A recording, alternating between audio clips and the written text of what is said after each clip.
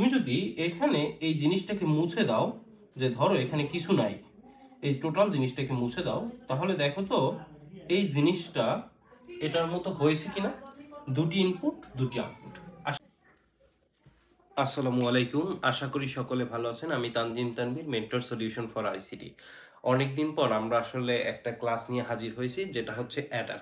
আজকের এই ক্লাসটা করার পর তুমি সহজেই জানতে পারবে অ্যাডার কাকে বলে, অ্যাডার কত প্রকার, কিভাবে হাফ অ্যাডার থেকে কোশ্চেন আসে, কিভাবে ফুল অ্যাডার থেকে কোশ্চেন আসে, এবং হাফ অ্যাডার থেকে ফুল অ্যাডার কিভাবে বাস্তবায়ন করতে হয়, হাফ অ্যাডার তৈরি করতে কোন কোন গেটের প্রয়োজন হয়, সবগুলোর প্রশ্নের উত্তর তুমি জানবে। এবং এর সাথে সাথে কিভাবে এমসিকিউর অ্যান্সারগুলো দিতে হবে তুমি সেগুলোও জানবে, এবং এটা থেকে সৃজনশীল প্রশ্ন কিভাবে করতে হবে সেটাও তুমি জানবে। তো চলো কথা না বাড়িয়ে আজকে বলি অ্যাডার কাকে বলে। আমি যদি খুব সহজে বলি তোমাদের মনে রাখার সুবিধার্থে, তাহলে যে সমবায় বর্তনী দ্বারা বাইনারি যোগের কাজ করা হয় তাকে অ্যাডার বলে। আশা করি বুঝতে পারছি। তাহলে আমরা এতটুকু শেয়ার হলাম যে অ্যাডার মিনস হচ্ছে বাইনারি যোগ। অ্যাডার মানে হচ্ছে কি বাইনারি যোগ। তাহলে আমরা একদম এটাকে পরিপূর্ণভাবে যদি বলি যে সমবায় বর্তনী দ্বারা বাইনারি যোগের কাজ করা হয় তাকে অ্যাডার বলে। অ্যাডার হচ্ছে দুই প্রকার। অ্যাডার হচ্ছে কয় প্রকার? দুই প্রকার। Number one H A. H a means হচ্ছে হাফ অ্যাডার। নাম্বার টু হচ্ছে F A. F a means হচ্ছে ফুল অ্যাডার। এবার আসো যে হাফ অ্যাডার কাকে বলে। যে স্যার আমাকে একটু হাফ অ্যাডারটা একটু ক্লিয়ারলি বুঝিয়ে দেন। তো এই ক্লাসটা দেখার পর তুমি হাফ অ্যাডার একদম প্রপারলি বুঝে যাবে। হাফ অ্যাডার আমরা যদি প্রথমে শুরু করি এইসে দ্বারা আমরা প্রথমে সংজ্ঞাটা বলি যে সমবায় বর্তনী দ্বারা দুটি বাইনারি ইনপুট যোগ করে একটি সাম ও একটি ক্যারি বিট পাওয়া যায়, তাকে হচ্ছে হাফ অ্যাডার বলে। তাহলে আমরা প্রথমে হাফ অ্যাডার কাকে বলে সেটার সংজ্ঞাটা বুঝলাম। এবার হাফ অ্যাডারের ব্লক ডায়াগ্রামটা যদি আমি একটু আঁকি, এইটা হচ্ছে block diagram of half Eder. Input দুটো থাকবে, আউটপুট দুটো থাকবে। তোমরা দেখেছো যে এনকোডার ও ডিকোডারের ইনপুট ও আউটপুট সংখ্যা হ্রাস পায় এবং কি পায়? বৃদ্ধি পায়।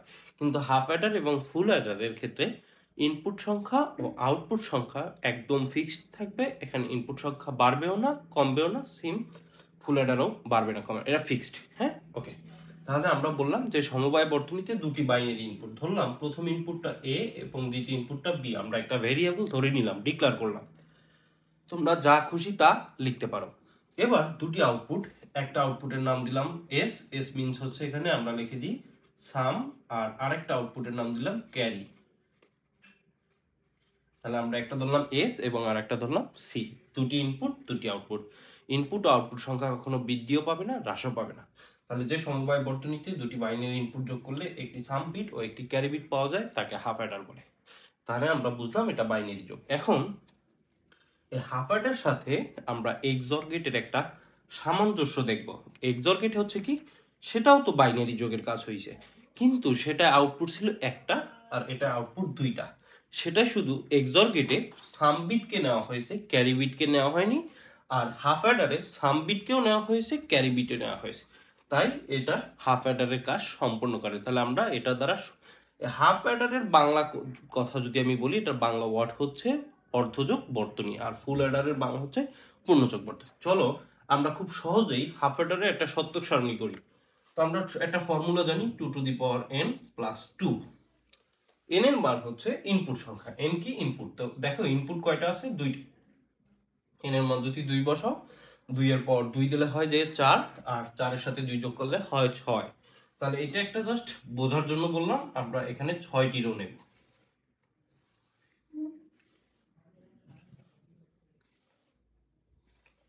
আমরা কয়টি রো নিলাম? 6টি রো নিলাম। এখন 6টি রো কেন নিছি? ওই ফর্মুলা অনুসারে আমরা এখানে 6টি রো নিয়েছি। প্রথমে আমরা মাঝখান থেকে একটা কলাম নেব, এই পাশে লিখবো আমরা ইনপুট। আমরা এখানে ইনপুট গুলো নেব, এই পাশে লিখবো আউটপুট। আমরা এখানে আউটপুট গুলো নেব। তো তোমরা দেখতে পাচ্ছ এখানে ইনপুট আছে দুটো, তাই এখানে দুটি কলাম নিব, একটা এ একটা বি। আর এখানে আউটপুট কয়টা আছে? আউটপুট দুইটা। তো আমরা এখানে আউটপুট সেম দুইটা নেব, একটা সাম আর একটা হচ্ছে ক্যারি। তো যদি এখানে আমরা হচ্ছে বাইনারির বিন্যাসগুলো বসাই, বাইনারি বিন্যাস, প্রথমে দেখো 1 2 3 4, 4টি ঘর আছে। তার মানে 0-র বাইনারি বসবে, পরে 1-এর বাইনারি বসবে, পরে 2, পরে 3। আচ্ছা, যেহেতু 4টা করে এর ঘরে আসবে না। তো বেসিক্যালি 0-র বাইনারি হচ্ছে কি 0, 1-এর বাইনারি হচ্ছে 1, 2-এর বাইনারি হচ্ছে 10, এবং 3 এর বাইনারি হচ্ছে 11। তো দেখো এখানে প্রত্যেকটা দুটি দুটি বিট হয়েছে, এখানে একটা বিট কম আছে, আমরা এখানে 0 দিয়ে দুটি বিট পূর্ণ করলাম। এখানে 0 দিলে এই ভ্যালুর কোনো পরিবর্তন হয় না, তোমরা এভাবেও মনে রাখতে পারো। আর নয়তো এই মানগুলো এখানে বসো 0 0 1 1, দেখো 0 0 1 1, দ্যাট মিনস বাইনারি গুলো বসাইলাম, তারপর হচ্ছে 0 1 0 1। তোমরা এভাবেও মনে রাখতে পারো, বা ঘর যা থাকবে তার হাফ 0 হাফ 1, মানে দুটো 0 দুটো 1, এভাবে করেও মনে রাখতে পারো।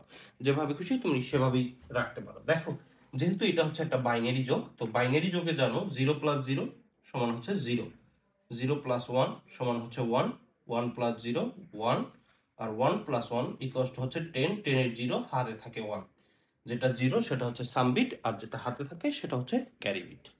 তো এখানেও সেম 0 + 0 সমান 0, হাতে কিছু না থাকলেও 0, 0 + 1 সমান 1, হাতে কিছু না থাকলে 0, 1 + 0 1, হাতে কিছু না থাকলে 0, 1 + 1 = 1 + 1 = 10, 10 এর এখানে বসবে 0 আর হাতে থাকবে 1।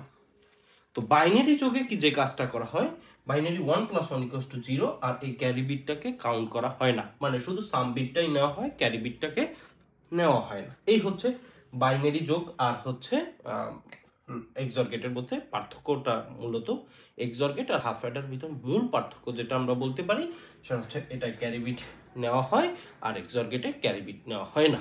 ওকে, এবার আসো আমরা ব্লক ডায়াগ্রাম আঁকলাম, সত্য সারণী তৈরি করলাম, এবার লজিক ফাংশনটা নির্ণয় করি। লজিক ফাংশন ওকে, দেখো লজিক ফাংশন থেকে আমরা দুটো আউটপুট বের করব, একটা হচ্ছে সামের আউটপুট আর একটা হচ্ছে ক্যারির আউটপুট। তো সাম এখানে আউটপুটে যদি 0 থাকে তাহলে সেটা থেকে কোনো মান পাওয়া যাবে না, তার কোনো ভ্যালু নাই। আউটপুটে শুধু যদি 1 থাকে তাহলে সেটার মান আছে, সেটা থেকে আমরা ইনপুট পাবো। তো দেখো এখানে 0 আছে, এই আউটপুটের কোনো ভ্যালু নেই, এখানে 1 আছে, এটা থেকে আমরা ইনপুটের ভ্যালু বের করতে পারবো। তো যদি 0 হয় ওই চলকের উপর নট হয়, এই ভ্যালুটা 0 আছে তাহলে এই চলকের উপর নট হবে এ নট। আশা করি বুঝতে পারছো। এইটা কি আছে ভাইয়া, এটা আছে 1, তাহলে এই চলকের উপর কি হবে, নট হবে না, শুধু বি হবে। বুঝতে পারছো? যদি না বুঝতে পারো কমেন্ট করে জানাও। এবার দেখো এখানে আর কোনো ইনপুট নাই, তার মানে এইটার কাজ শেষ। এরপর এই একটা ইনপুট থেকে তুমি যখন আরেকটি ইনপুটে প্রবেশ করবে তখন এখানে একটা ওর অপারেশন কাজ করবে, মনে থাকে যেন। তো এখন এটা থেকে ইনপুটে আসো, দেখো এইটা হচ্ছে 1 এর ভ্যালু, তার মানে হচ্ছে শুধু এ, আর এটা হচ্ছে 0, এটা হচ্ছে বি এর ভ্যালু, তার মানে ওই চলকের উপর নট হবে। তাহলে আমরা কি বুঝলাম, 0 থাকলে চলকের উপর নট হবে আর 1 থাকলে ওই চলকের উপর নট হবে না। আশা করি বুঝতে পেরেছি। এবার দেখো ক্যারির মানটা কিভাবে বের করি। ক্যারির মানটা হচ্ছে এগুলো থেকে কোনো আউটপুট বের হবে না, কারণ এগুলো সব 0। এইটা থেকে আউটপুট বের করা যাবে কারণ এটা হচ্ছে 1। এটা থেকে আসো, দেখো এটাও 1 এটাও 1, তার মানে ক্যারি সমান সমান এবি। তুমি এখানে আরেকটু কাজ করতে পারো, A not B plus A B not, এটার পরিবর্তে লিখতে পারো এ এক্সর বি। বুঝতে পেরেছো? তাহলে দেখো এই হাফ অ্যাডারটা তৈরি করতে আমার দুটো গেট লাগছে, সাম সমান সমান এক্সর গেট, যেটা আমরা যদি আঁকি তাহলে এরকম দেখাবে, আর ক্যারি সমান কি অ্যান্ড গেট, যেটা যদি তুমি আঁকো তাহলে হচ্ছে এরকম দেখাবে। বোঝা গেছে কি বলছি? দেখো হাফ অ্যাডার তৈরি করতে কয়টা গেট প্রয়োজন হয়েছে, দুটো গেট, এক্সর গেট ও অ্যান্ড গেটের সমন্বয় হাফ অ্যাডার গেট তৈরি হয়। ফলে মৌলিক গেটের সাহায্যে সার্কিট অঙ্কন।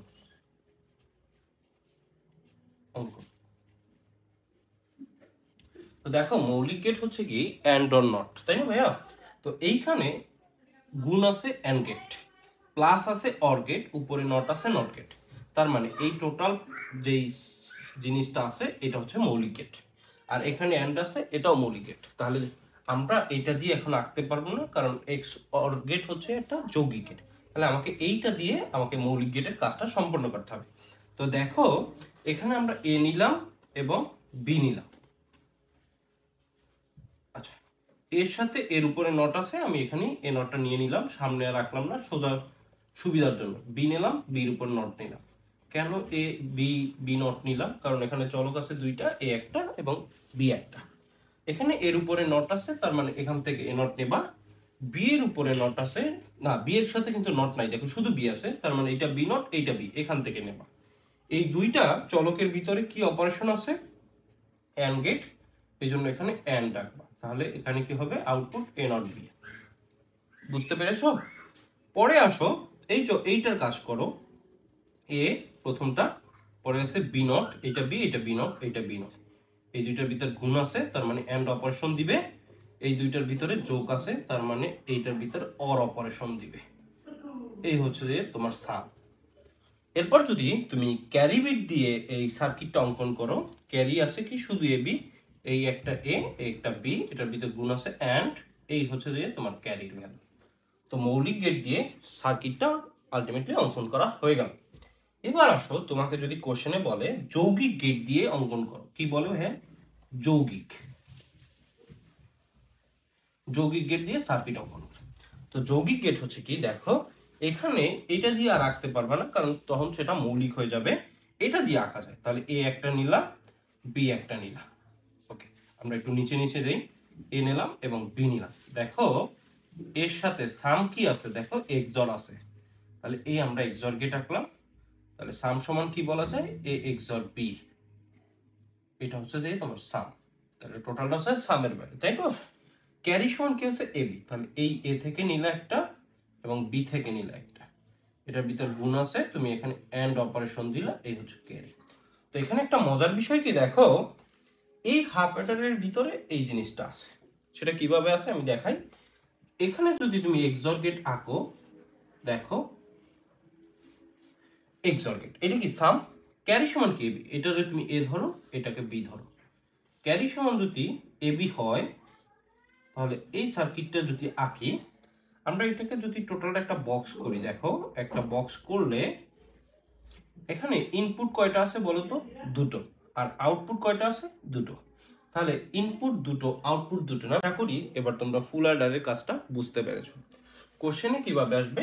এইটা দেবে চিত্র ক, এটা দেবে চিত্র খ। চিত্র ক ও খ একত্রে মিশ্রিত করলে বা সম্মিলিত করলে যেই অ্যাডারটি হবে সেটা ব্যাখ্যা করো, বা যেই গেটটি হবে সেটা ব্যাখ্যা করো। তাহলে এই দুটো একত্রে করলে হবে হাফ অ্যাডার। তুমি হাফ অ্যাডার তুমি স্টেপ বাই স্টেপ সংজ্ঞা আকারে লিখে দেবে। এবার তোমাকে যদি বলে যে এরকম একটা বর্তনী দিয়ে দিল, বললো ব্লক ডায়াগ্রাম দিয়ে বললো এটার লজিক সার্কিট বা মৌলিক গেট দিয়ে বাস্তবায়ন করো, তাহলে জাস্ট তোমার এই পর্যন্ত চেয়েছে, যৌগিক গেটটা চাইনি। আর যদি বলে যৌগিক গেট দিয়ে বাস্তবায়ন করো, তাহলে তোমার মৌলিকের এই কাজটা না করলেও হবে। আশা করি বুঝতে পেরেছো। এরপর যদি তোমাদের কোনো কোয়েশ্চেন থাকে আমাকে কমেন্ট বক্সে কোয়েশ্চেন করতে পারো, আমি অবশ্যই এটার অ্যান্সার দেওয়ার চেষ্টা করব। তো এর পরবর্তী তোমরা কোন টপিকের ভিডিও চাও আমাকে কমেন্ট করে জানিয়ে দাও, আমি অবশ্যই সহজে সংক্ষেপে বোঝানোর ট্রাই করব। ততক্ষণ পর্যন্ত সবাই ভালো থাকো, সুস্থ থাকো।